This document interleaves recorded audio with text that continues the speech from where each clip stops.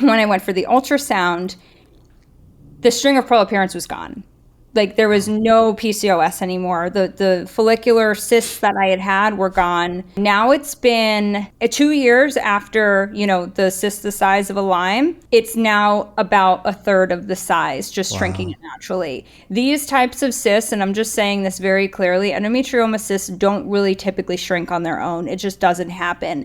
And so when I went back to my surgeon with this data and told him what I had been doing, he's like, whatever you're doing, just keep doing it because it's clearly working. What's up, guys? I recently had the pleasure of interviewing Meg Connolly on our platform. She's gone through a lot and has experienced an incredible 180 with her health. She was vegan for 14 years and vegetarian for 17 years, and she was experiencing some pretty crazy health issues. She was able to completely 180 her health when she completely 180'd her diet. In this video, you're gonna learn how common it is for women to have fertility issues like PCOS and endometriosis. And it is our hope that by hearing Meg's story, that it gives you hope, that it gives you the courage to keep stepping up and keep taking control of your health, because there are natural solutions and food is a major part of that solution. So when you're ready to jump in, I'm excited to introduce you to Meg Connolly. Thanks for having me, Craig. So just a little background. About 10 years ago, 8 years ago now, I got diagnosed with endometriosis. So for those who don't know what endometriosis is,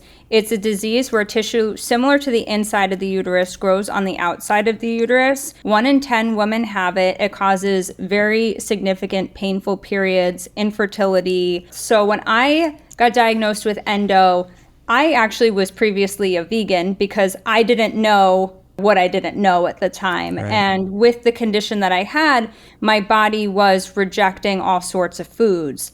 Now, fast forward about 6-7 years, married to my husband, I noticed that I was in a cycle of infertility, not just with having some painful periods, but I also noticed that I was, my fertile window was getting really short, which was a red flag to me. And because of what I had been through with endometriosis, I actually am very in tune with my body and hypercritical of what my cycles look like, even when I was at my healthiest post-surgery when I got diagnosed with endo. And so I went back to have some tests done, and on an ultrasound, they actually noticed that I had an endometrioma cyst. So it's a type of cyst the size of a lime on my left ovary, one the size of a grape.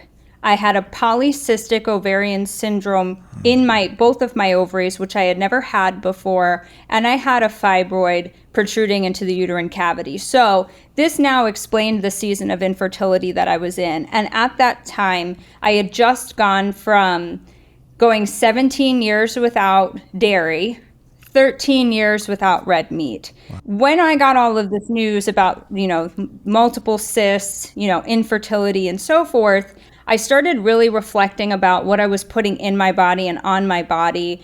And I actually, I'm a spiritual person. So in prayer, I thought about my grandmother, and my grandmother had 8 healthy children.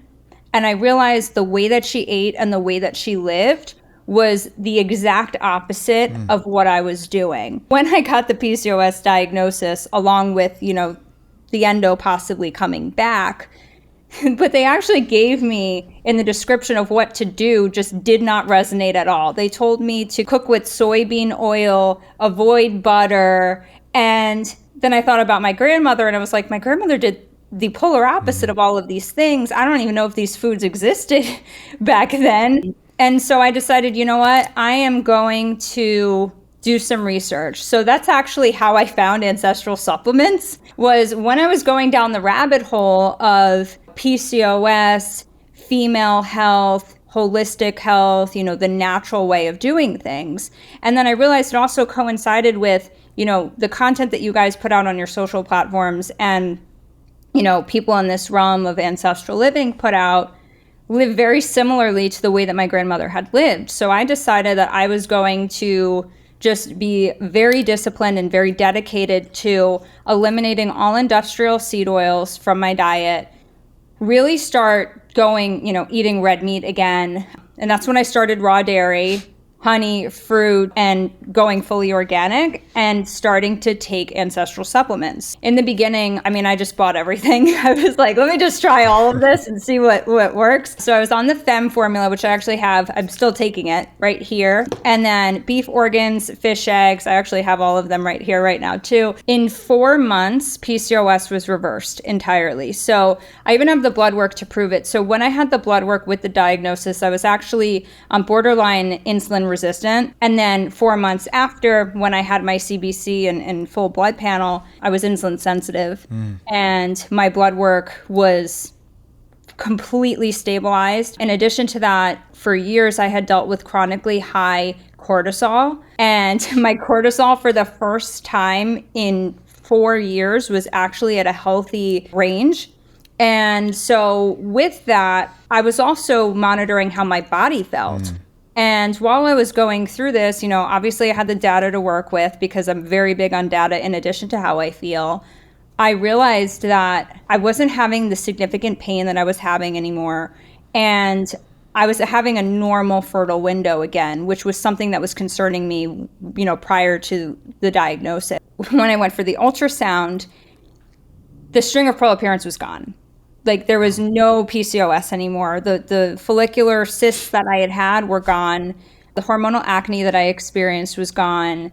And like I mentioned before, I was now insulin sensitive versus being insulin resistant. So that was very clear to me that I needed to continue on this journey to see, where my body was going. And also I still had, a giant endometrioma cyst, 2 of them on one ovary.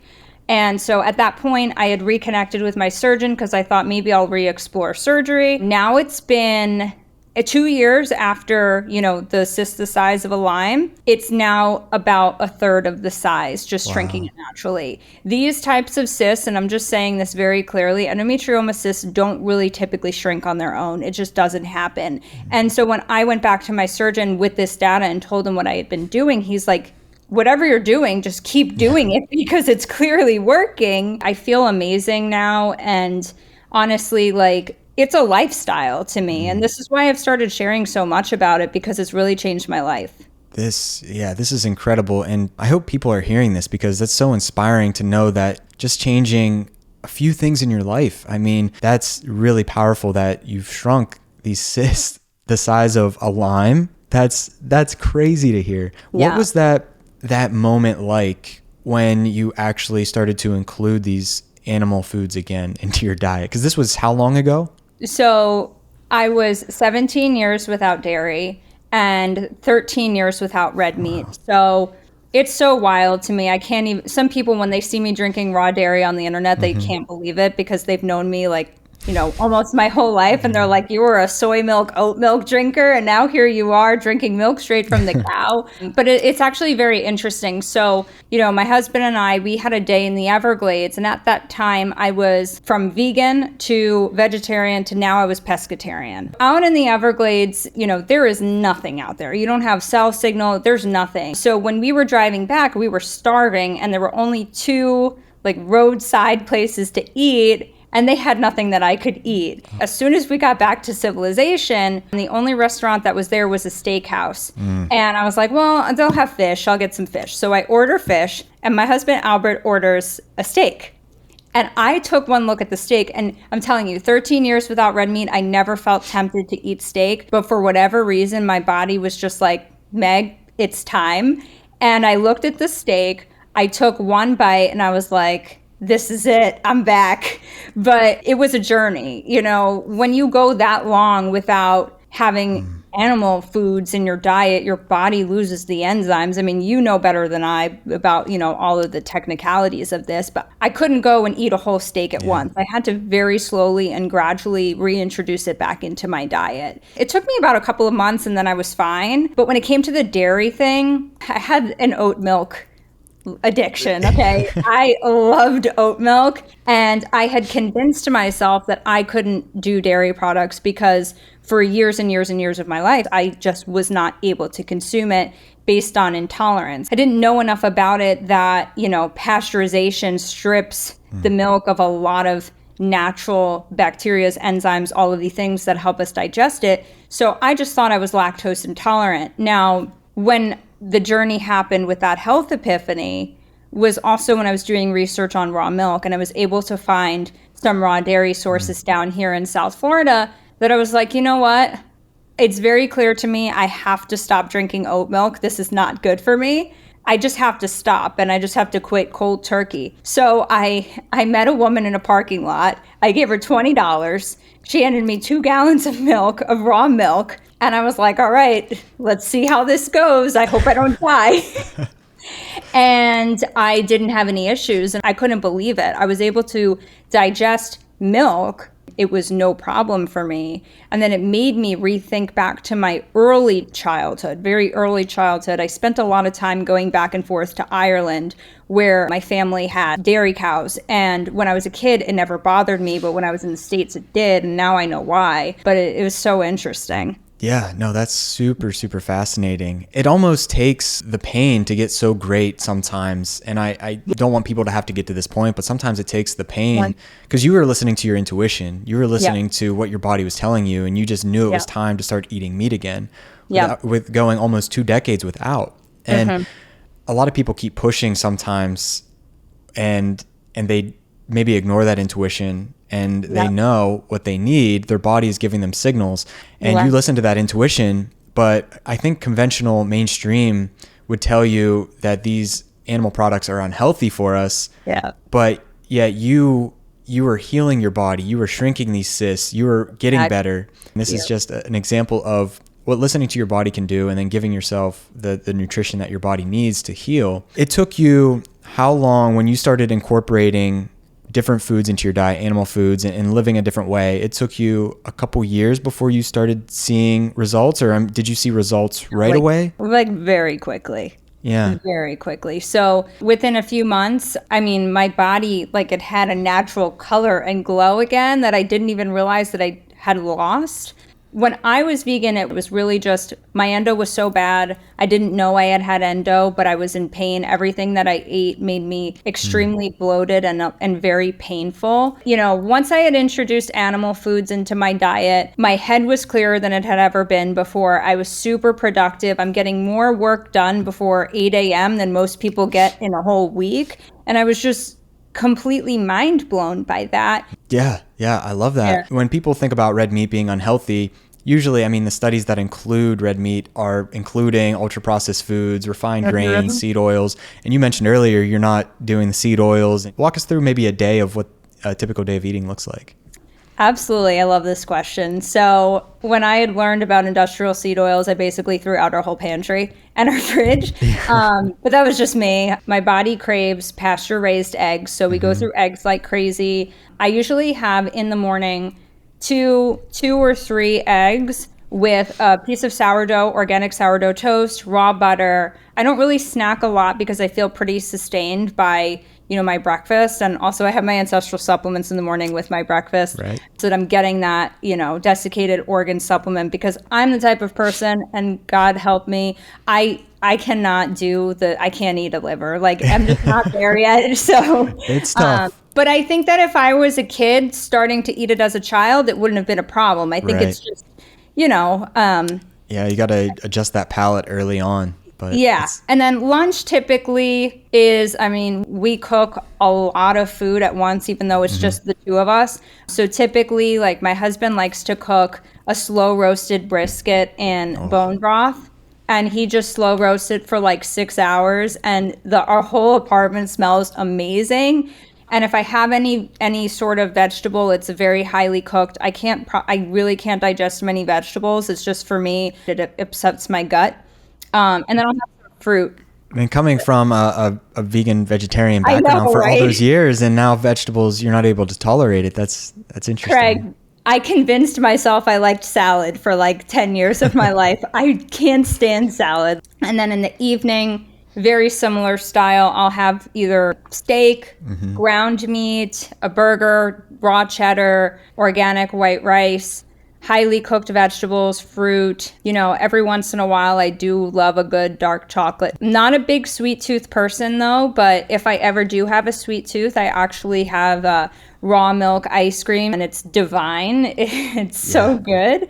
And then in the evening, I'll have a cup of organic tea with some raw honey. But my diet pretty much looks the same almost every day, with some variances depending on, what my body's craving at the time. Yeah, no, it's very similar to my diet as well. Yeah. And I try to eat a local in-season diet. I love going up to the farm, connecting with my local farmers. Before I jump into how Ancestral Supplements kind of came into the picture and what you're taking and maybe what you cycle through product-wise, are there any foods that, you mentioned vegetables, but any other foods that just really maybe aggravate some symptoms or you just don't include because you don't feel good eating them? It's honestly, Craig, it's mostly just vegetables. As long as it's organic. Because if I'm having something that even is a fruit that isn't organic, it destroys my stomach. It doesn't sit well with me at all. You would know better than I, but I don't know if it's just because of the detoxification that I've had. I've also found that this is not food related, but as I have gone on this journey, I think it's pretty good for me now, but I can't consume alcohol really. And as an Irish person, I grew up, around it. Same. And so now if I have a glass of wine and it's not organic, my body can tell by the next day it's shot. But that's just me. I mean, everyone's different. As long as it's organic and whole foods, you listen to your body and listen to what it needs.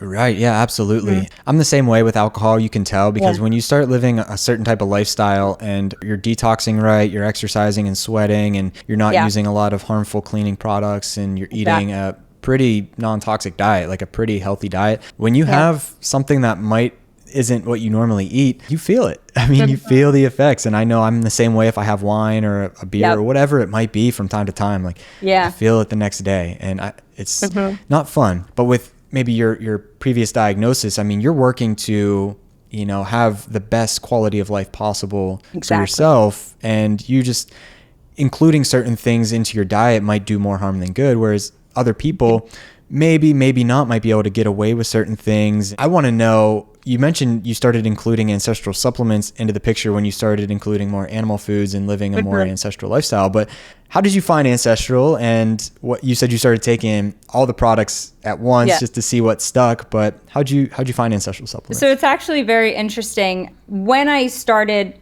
throwing everything away in my pantry that had seed oils, I noticed that even my prenatal vitamin had seed oils in it. Wow. So I called up my friend. And my friend is very into the ancestral living, and I just didn't know that that's what it was at the time. And she was the type of person that I needed to call with these types of questions. And so I said, hey, Jenny, my prenatal has seed oils in it. I have to throw this out. What do you use? And she actually sent me a picture of a whole stack of ancestral supplements. That's a good friend. And I was like, okay. And it blew my mind because as a young child, my dad has always been into, this type of living. And, if he's listening, he's probably going to laugh at me right now. And I always dismissed him. I'm like, Dad, that's silly stuff. That's silly stuff. And he'd be like, but Meg, take this. And it was a supplement that had bovine prostate, bovine liver. I'm like, Dad, I don't want that. That's gross. I was like 8 or 9 years old. And now here I am with a whole stack of desiccated organ supplements, and it changed my life. And he loves it. Your story, when you include organs into your diet, and we can talk about why including nutrient-dense organs like liver into your diet can be so life-changing. I mean, there's thousands upon thousands of testimonials of people out there just including more whole foods, but organs into their diet and them seeing results. I would imagine the reasoning for, I don't want to put words in your mouth, but I mean, these are so nutrient dense, and our modern diets today are so void of a lot of nutrients, vitamins and minerals and things like that. And your body might not have been getting those. I know mine wasn't growing up on fast food as a child. I know the first time I tried liver, and it was raw liver. It wasn't encapsulated. It was raw liver in 2016. I had gone hunting and killed a deer, and I just started getting into the ancestral space at this point. I wanted to honor that animal. Of course. I came home. I chunked it up. I had a little bit of the raw liver, threw it down with some water. And within 10, 15 minutes, I got the biggest buzz. It was the weirdest thing. And I didn't know. I had to Google it. I'm like, I'm high on liver. Yeah. Turns out, and this is a thing, this happens when people start including liver, is because it has such a surplus of micronutrients in it. The vitamin A, B12, choline. I mean, so many nutrients that you just can't get.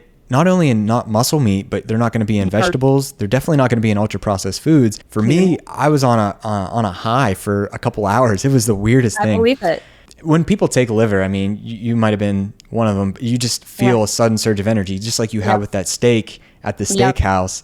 And then your body just knows intuitively, this is what I need. And so what were a couple of the products, because you were going through your health journey at this time, what were a couple of the products that you started with and a couple of the products that you really liked the most?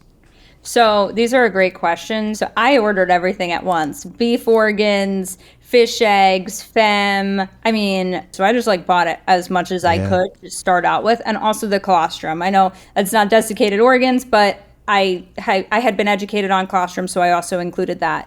And it's very interesting because, when I started taking it, I was like, it makes so much sense to me now. Like supports like. I just didn't think of it before, but it makes so much sense. So then I was just like, you know what? I'm just rolling with this and seeing what happens. And I noticed a difference so quickly. I actually noticed when I don't take them.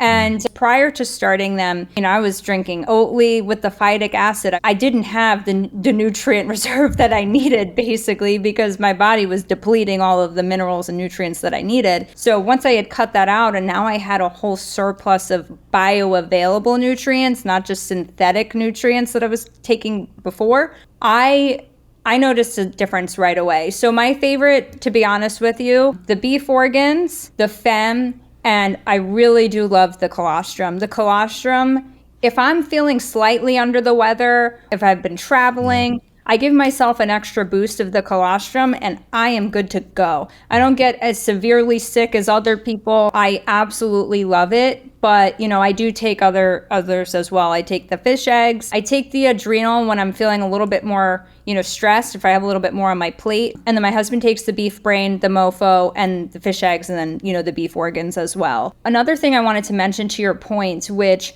when I was doing the research on all of this was, you mentioned going on a hunt. And when I was really meditating and praying on the lifestyle change I was about to make, I thought about it, our ancestors really didn't just sacrifice an animal for the muscle meat. They honored the animal, nose to tail nutrition. They used every single aspect of that animal because they cared about the animal's life. So when people say that, animal-based people don't, have compassion for the animals, I think that's totally incorrect. It is so fascinating. And to me now it's a no-brainer to consume organ meats. Even just animals out in the wild, they go for the liver first. It's unbelievable to me. And you look at menus from 100 years ago, the Titanic, other restaurants, organ meats are a delicacy. Now you can get them for super cheap, even 100% grass-fed at the grocery store, and you're like, what's going on here? I'm glad you mentioned that because we used to have these in our diet, and in a world of food scarcity, even just a few hundred years ago, grocery stores were just invented 100 years ago on the widespread use. We didn't have that many foods in the supermarkets that long ago, 600 products just 50 years ago. Now we have 60,000. In a world of food scarcity where we didn't have Uber Eats or grocery stores, our ancestors used every bit of that animal, as you mentioned, because it was a source of calories. And that's just it. I would recommend, and if I know you don't eat I have to try it. Yeah, it's hard. It is hard for people to eat fresh liver, and it was hard for me too at first. And I like to mix it in things like meatloaf or chili or things like that. That I'll do. I'll do. So ancestral ground blends with heart and liver, I can do that now. I've graduated. There you go. It's a little bit more enjoyable. The raw liver toss back. I'll try it. It's just I haven't gotten to that point yet, but I'm definitely open.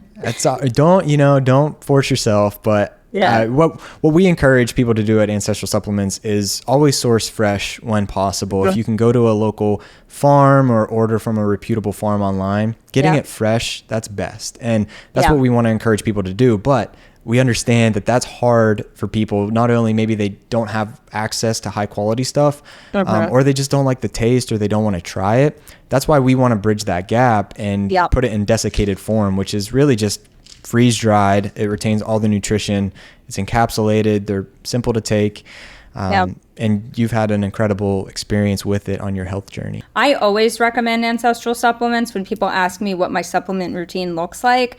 And I always, for people who are not familiar with desiccated organ supplements at all and they're intrigued by it, I always let people know, like, because I was very fascinated by this, there is no aftertaste. If you're not a person that would like the taste of liver or the texture or whatever, when you're taking the capsules, it's not like when you're having fish oil where you can literally taste it for like 3 hours and then. Yeah, that's what I love most about it too. Yeah. I put some on my dog's food and, give it to the kids. It's whole food at the end of the day. It's just real food that our biology expects. Well, I appreciate you sharing your story, and you look like you're thriving. Thank you. Whatever changes you've made, it's definitely working for you, and I'm super grateful that you're able to come on here and share your story and inspire others to make a change as well. Can you just let others know where they can find you and learn more about yourself? Awesome. Thank you so much, Craig. So you can find me on Instagram or my website, Meg Connolly, MEGCONNOLLY. And on my website, it's megconnolly.com. Social media is Meg Connolly, and you'll be able to find me on there. Cool. Appreciate you. Thanks, Craig.